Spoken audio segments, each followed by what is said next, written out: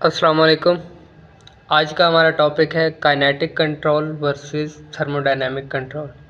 Basically हम इसको study करते हैं, ये उन फैक्टर्स में आता है जो रिएक्शन मैकेनिज़्म को कंट्रोल करते हैं। यानी कि हम रिएक्शन को कंडीशन इस तरह की प्रोवाइड करेंगे तो हमें ये वाला हमें जो हमारा डिज़ायर्ड प्रोडक्ट है वो मिलेगा। जैसे अगर हम टेम्परेचर स्लो रखेंगे तो हमें डिफरेंट प्रोडक्ट मिलेगा, टेम्परेचर हाई रखेंगे तो हमें डिफरेंट प्रोडक्ट मिलेगा। तो बेसिकली ये थर्मोडायनेमिक कंट्रोल और काइनेटिक कंट्रोल प्रोडक्ट आता है, टीसीपी और केसीपी इसको बोलते हैं। होती ये प्रोडक्ट की ही स्टडी है। हम ये देखते हैं कि हमारा जो प्रोडक्ट है हम उसको किस हिसाब से देख रहे हैं। अगर तो हम उसको स्टेबिलिटी के हिसाब से देखेंगे कि कौन सा प्रोडक्ट जो है वो स्टेबल बन रहा है, तो वो किस में आएगा, थर्मोडायनेमिक कंट्रोल में आएगा। अगर हम रिएक्शन की स्पीड को देखेंगे कि हमारा प्रोडक्ट कितनी जल्दी बना है, तब वो किस में आएगा, काइनेटिक कंट्रोल में आएगा। थर्मोडायनेमिक कंट्रोल में, टीसीपी थर्मोडायनेमिक कंट्रोल प्रोडक्ट में हम तीन चीज़ें स्टडी करते हैं। फ्री एनर्जी चेंज, जिसको हम रिप्रेजेंट करते हैं डेल जी नॉट से। उसके बाद एंथैल्पी चेंज, डेल एच से, और एंट्रोपी चेंज।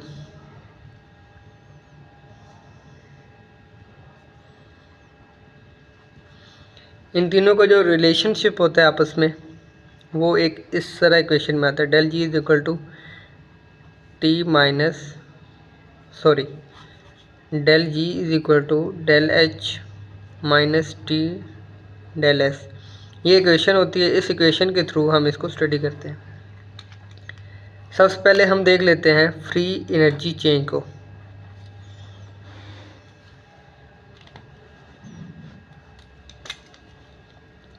अगर तो हमारे पास फ्री एनर्जी चेंज यानी कि जो डेल जी हमारे पास, डेल जी कह लें गिब्स फ्री एनर्जी है, गिब्स फ्री एनर्जी,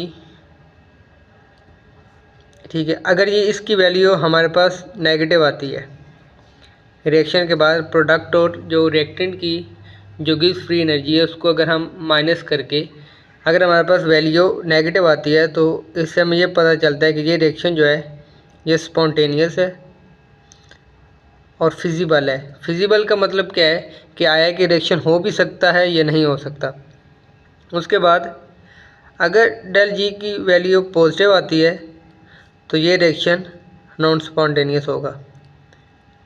इसी तरह अगर डेल जी की वैल्यू ज़ीरो आती है तो इसका मतलब है रिएक्शन जो है वो इक्विलिब्रियम अटेंड कर चुका है। अब ये हमारे ऊपर है। हम मोस्टली जो क्या करते हैं, हम चाहते हैं रिएक्शन स्पॉन्टेनियस हो, तो हम डेल जी को हम नेगेटिव किस तरह कर सकते हैं इस इक्वेशन में। एंट्रोपी चेंज को चेंज करके एंथैल्पी चेंज को उसको वेरिएशन दे के हम उसमें इसकी जो वैल्यू पॉजिटिव और नेगेटिव कर सकते हैं। इसी तरह एंथैल्पी चेंज है डेल एच, ये चीज़ भी हमें यह बताते हैं कि रिएक्शन एक्सोथर्मिक है या एंडोथर्मिक है। अगर डेल एच नेगेटिव होगा तो रिएक्शन एक्सोथर्मिक होगा। अब एक्सोथर्मिक रिएक्शन क्या है, जिनको हीट रिक्वायर्ड नहीं होती तो ये हीट रिलीज़ करते हैं, तो इसका मतलब क्या है, ये रिएक्शन कौन से होंगे, स्पॉन्टेनियस रिएक्शन होंगे।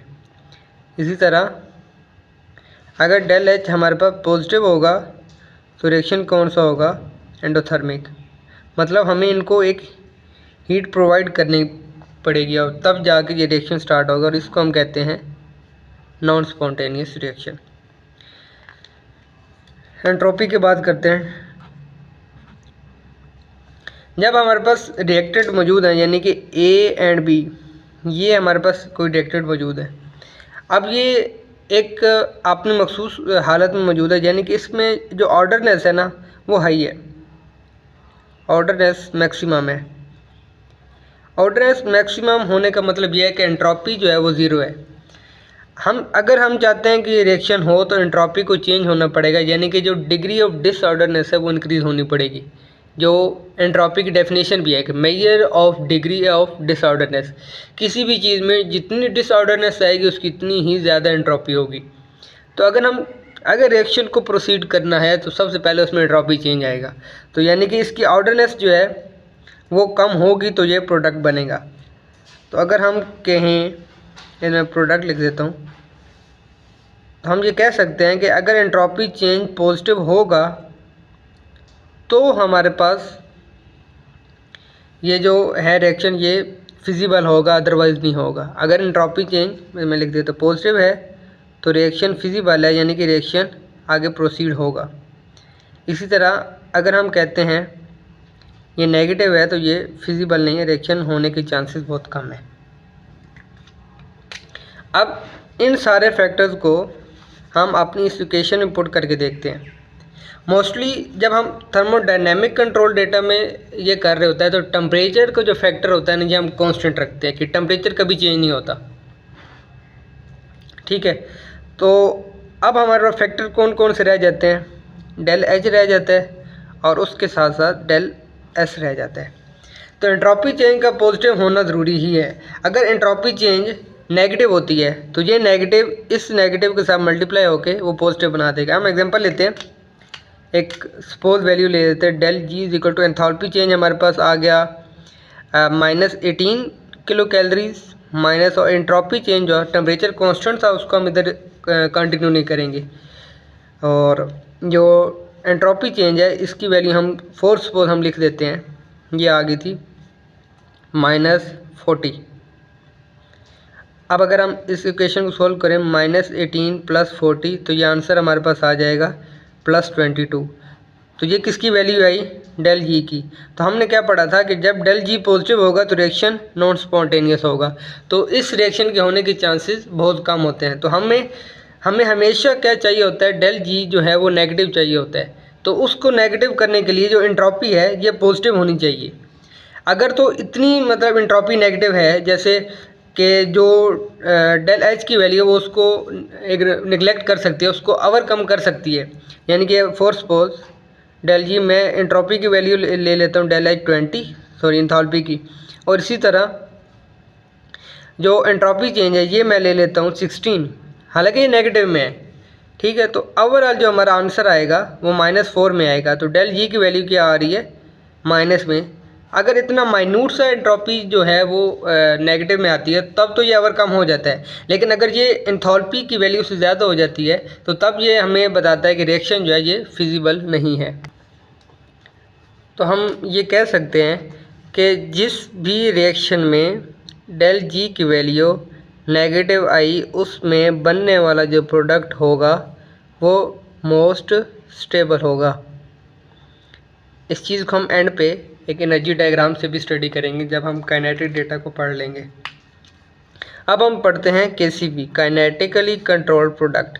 इसमें हम सिर्फ और सिर्फ रिएक्शन की स्पीड को देखते हैं, दूसरे लफ्ज़ों में हम रिएक्शन रेट को देखते हैं कि रिएक्शन हमारे पास कितनी जल्दी कंप्लीट हुआ है। अगर हम कहें ना कि थर्मोडायनेमिक जो है ये इस चीज़ को कहता है कि how far reaction gone, reaction कितना ज़्यादा हो चुका है, ये उसके एक्सटेंट को बताता है। लेकिन जब हम रेट की बात करते हैं तो ये हमें बताता है कि in how much time reaction has been completed, कितने वक्त में रिएक्शन जो है वो कंप्लीट हुआ है। मैंने शुरू में बताया था ये एक पर्सपेक्टिव होता है। अगर हम रिएक्शन को स्पीड के हिसाब से डिस्कस करेंगे तो वो काइनेटिकली कंट्रोल प्रोडक्ट होगा। अगर हम रिएक्शन को स्टेबिलिटी के लिहाज से डिस्कस करेंगे तो वो थर्मोडायनेमिकली कंट्रोल प्रोडक्ट होगा।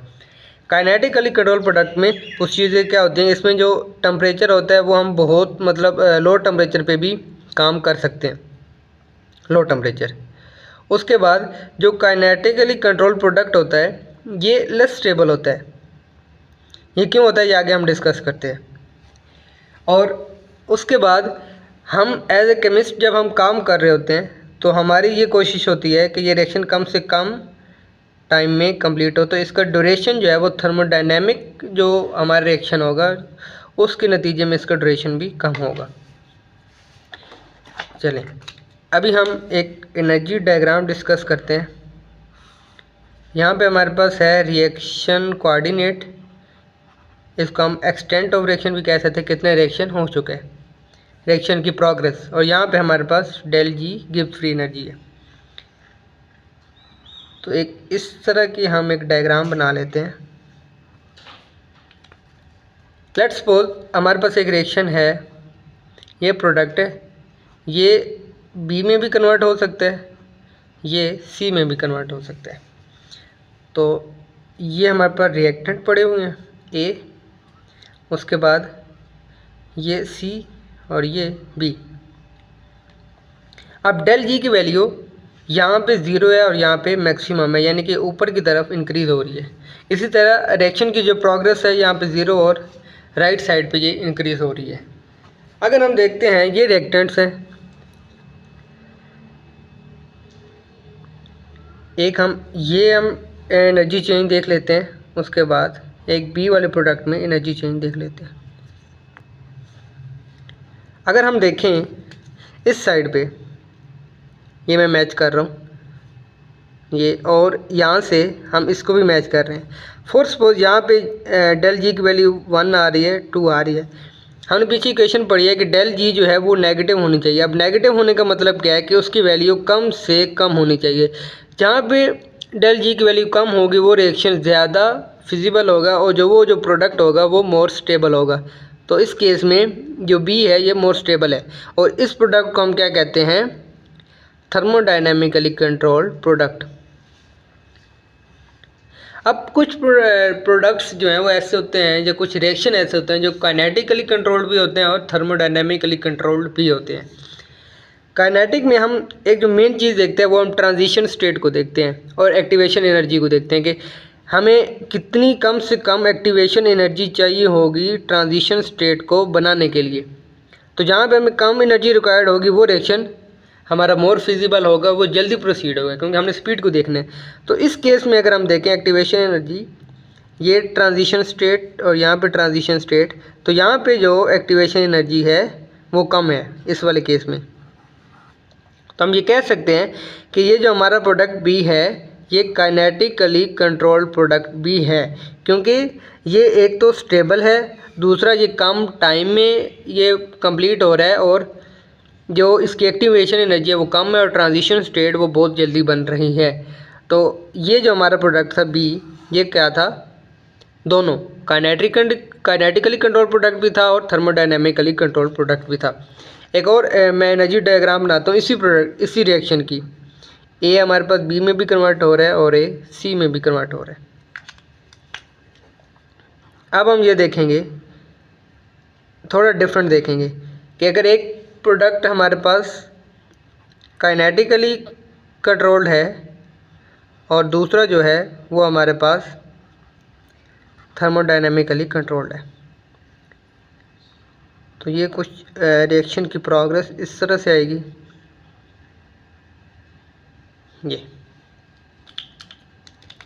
ये हमारे पास रिएक्टेंट ए है, यहाँ पे प्रोडक्ट बी पड़ा है और यहाँ पे प्रोडक्ट सी पड़ा है। अब थर्मोडायनेमिकली कंट्रोल डेटा के मुताबिक वो रिएक्शन या वो प्रोडक्ट ज़्यादा स्टेबल होगा जिसकी गिब्स फ्री एनर्जी की वैल्यू बहुत कम होगी। तो इस केस में जो सी की वैल्यू है वो बी की निस्बत बहुत कम है, तो सी जो होगा ये मोर स्टेबल होगा। लेकिन इसका ये मतलब भी नहीं है कि अगर सी मोर स्टेबल है तो ये मेजर प्रोडक्ट होगा और बी बनेगा नहीं। बी की कुछ ना कुछ अमाउंट बनेगी, क्यों, क्योंकि उसकी अगर एक्टिवेशन एनर्जी को देखा जाए तो वो बहुत कम है। किसकी निस्बत, इस जो ए टू सी वाली ट्रांजिशन स्टेट है, ट्रांजिशन स्टेट ए टू सी वाली, इसकी जो एक्टिवेशन एनर्जी है वो इससे कम है। तो होता क्या है, इस एक्टिवेशन एनर्जी की कम होने की वजह से ये जो बी वाला प्रोडक्ट है ये माइनर तो बनता तो है, लेकिन इसकी जो अमाउंट होती है वो कम बनती है। क्यों, क्योंकि ये लेस स्टेबल है। अब लेस स्टेबल होने का क्या मतलब है कि अभी आप देखें कि जो थर्मोडायनेमिक रिएक्शन होते हैं वो रिवर्सिबल होते हैं। ये देखिएगा, ये एक रिवर्सिबल रिएक्शन है। तो अब रिएक्शन मिक्सचर में तो दोनों प्रोडक्ट मौजूद होंगे, ए भी मौजूद होगा और सी भी मौजूद होगा। फॉर सपोज 10 सेकंड के बाद जो सी की अमाउंट बनती है वो 2 मोल बनती है और बी की जो अमाउंट बनती है वो क्या बनती है, 10 मोल बनती है। हम ये जानते हैं के थोड़े से टाइम के बाद जो रिएक्शन है वो इक्विलिब्रियम की हालत में आ जाता है।